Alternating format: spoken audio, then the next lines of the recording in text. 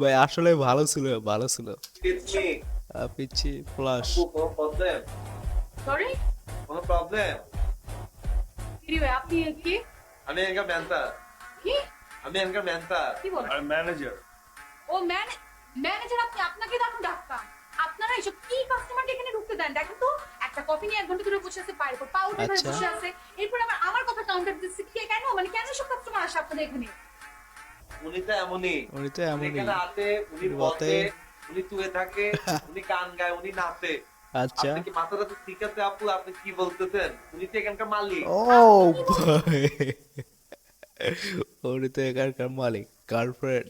আমি তো কিছু কি কি বলেন? উনি তো এখানকার মালিক।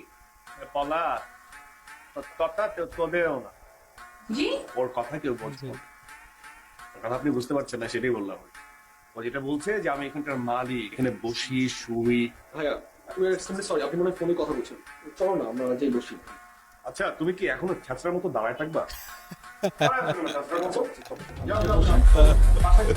ও,